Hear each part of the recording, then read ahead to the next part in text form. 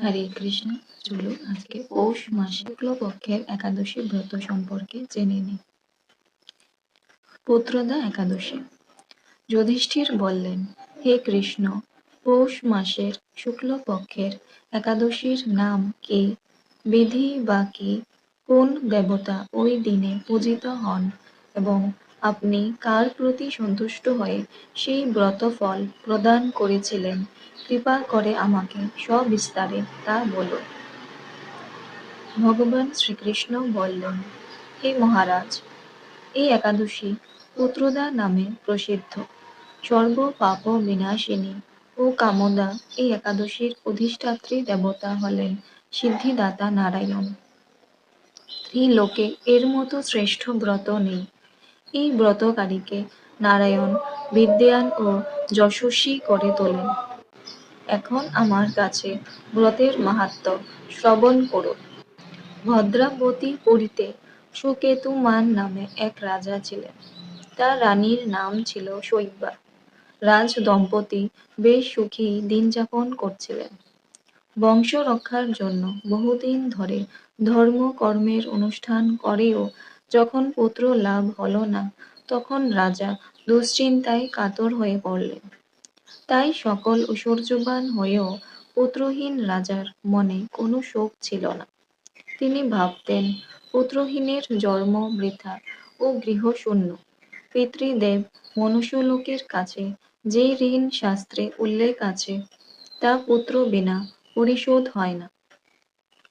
পুত্রবান জনের এই জগতে যশ লাভ ও উত্তম গতি লাভ হয় এবং তাদের আয়ু, আরোগ্য, সম্পত্তি প্রভৃতি বিদ্যমান থাকে। নানা দুশ্চিন্তাগ্রস্ত রাজা আত্মহত্যা করবেন বলে স্থির করলেন। কিন্তু পরে বিচার করে দেখলেন, আত্মহত্যা মহাপাপ। এর ফলে কেবল দেহের বিনাশ মাত্র হবে, কিন্তু আমার পুত্রহীনতা তো দূর হবে না। তারপর একদিন রাজা নিবিড় বনে গমন করলেন। বন ভ্রমণ করতে করতে দ্বিপ্রহর অতিক্রান্ত হলে রাজা ক্ষুধা তৃষ্ণায় অত্যন্ত কাতর হলেন। এদিক ওদিক জলাদির অনুসন্ধান করতে লাগলেন। তিনি চক্রবাক, রাজহংস এবং নানা রকম মাছে পরিপূর্ণ একটি মনোরম সরোবর দেখতে পেলেন। সরোবরের কাছে মুনিদের একটি আশ্রম ছিল। তিনি সেখানে উপস্থিত হলেন। সরোবর তীরে মুনিগণ বেদ পাঠ করছিলেন। মুনিবৃন্দের শ্রীচরণে তিনি দণ্ডবোধ প্রণাম করলেন। মুনিগণ রাজাকে বললেন, হে মহারাজ, আমরা আপনার প্রতি প্রসন্ন হয়েছি। আপনার কি প্রার্থনা বলুন। রাজা বললেন, আপনারা কে এবং কি জন্যই বা এখানে সমবেত হয়েছেন? মুনিগণ বললেন, হে মহারাজ, আমরা বিশ্বদেব নামে প্রসিদ্ধ এই সরোবরে স্নান করতে এসেছি। আজ থেকে 5 দিন পরেই মাঘ মাস আরম্ভ হবে। আজ পুত্রদা একাদশী তিথি। পুত্র দান করে বলেই এই একাদশীর নাম পুত্রদা।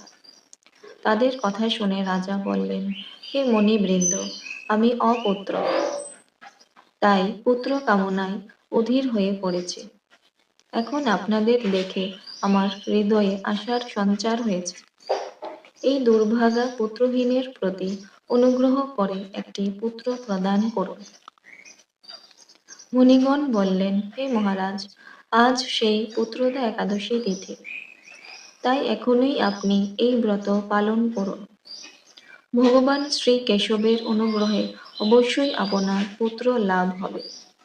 মুনিদের কথা শোনার পর যথাবিধানে রাজা কেবল ফল মূল আদি আহার করে সেই ব্রত অনুষ্ঠান করলেন।